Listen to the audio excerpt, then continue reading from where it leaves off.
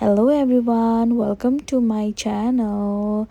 नमस्ते जोजोलापा आरामै हुनुहुन्छ हजुरहरू पक्कै पनि आरामै हुनुहुन्छ होला। आज हामी अमेरिकाको मेला हेर्नेछौँ। Alright, let's get started.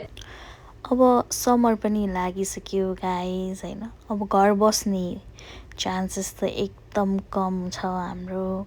अब स्ट्रिटमा भइरहेको कार्यक्रमहरूमा बच्चालाई इन्भल्भ गर्नुबाहेक अरू कुनै पनि विकल्प छैन। त्यस्तै अमेरिकामा चाहिँ अब धेरै अरूहरूसँग सोसलाइज हुन अलिकति डर लाग्ने भएको कारणले यस्तै स्ट्रिट कार्यक्रमहरूमा चाहिँ हामी एकदमै पार्टिसिपेट गर्छौँ हैन। जस्तो अब नेपालमा हामी सानो छँदाखेरि चाहिँ वल्लो घरको पल्लो घरको सबैजना भेला भएर लुकामारी खेल्ने, कहिले कुट्टी खेल्ने, कहिले के खेल्ने हैन। त्यस्तो गरेर हामी एकदमै रमाउँथ्यौँ भने चाहिँ अमेरिकामा हामी त्यस्तो साह्रै इन्टरेक्सन चाहिँ हामी बच्चालाई गराउँदैनौँ। किनभने यहाँ छुट्टै इन्भाइरोमेन्ट छ हैन। कसलाई ट्रस्ट गर्ने भन्ने खालेको विचार अवश्य ममा मात्रै होइन प्रत्येक आमा बुवा जो पनि हुनुहुन्छ विदेशमा बस्नुहुने सबैको मनमा दिमागमा चाहिँ आइरहेको हुन्छ। त्यही भएर चाहिँ एकदमै गाह्रो हुन्छ अमेरिका र अन्य ठाउँमा बस्ने व्यक्तिहरूको लाइफ चाहिँ हैन। हामी अलिकति पनि टाइम यस्तै पायौँ भनेदेखि चाहिँ लाइक आफ्नो बच्चाहरूलाई चाहिँ यसरी अन्य कार्यक्रमहरूमा चाहिँ इन्टरटेनमेन्ट गराउन एकदमै रुचाउँछौँ हैन। अब यो ठाउँमा चाहिँ विभिन्न कार्यक्रमहरू चलिरहेको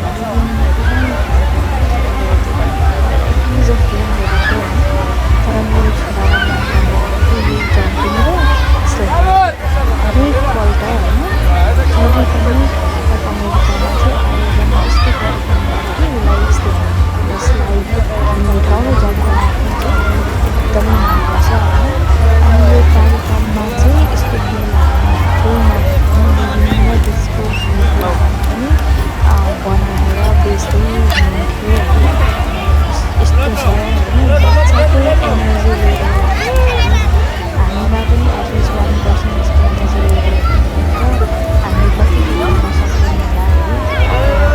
एनर्जी लेभल पनि छ त्यो पनि हामीले जुटाउनु पर्छ। आफ्नो बच्चाको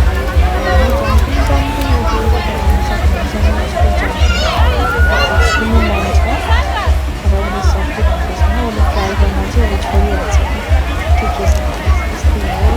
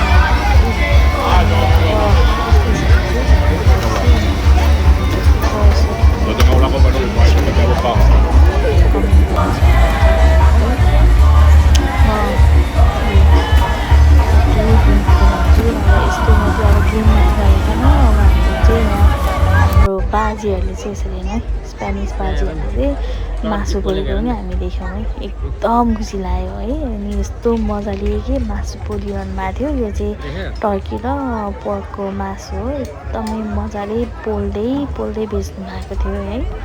त्यो देख्दा त अनि एकदमै रमाइलो लाग्यो कि एकछिन कुरेर अनि हेऱ्यौँ पनि हामी है। खाना चाहिँ खाएनौँ सायद गाइस हामीले अनि जस्ट हेरेर मनोरञ्जन गऱ्यौँ। अनि टर्की यत्रो ठुल्ठुलो पिस हुन्छ क्या मासु पनि अनि पोर्क पनि बेच्नु भएको थियो।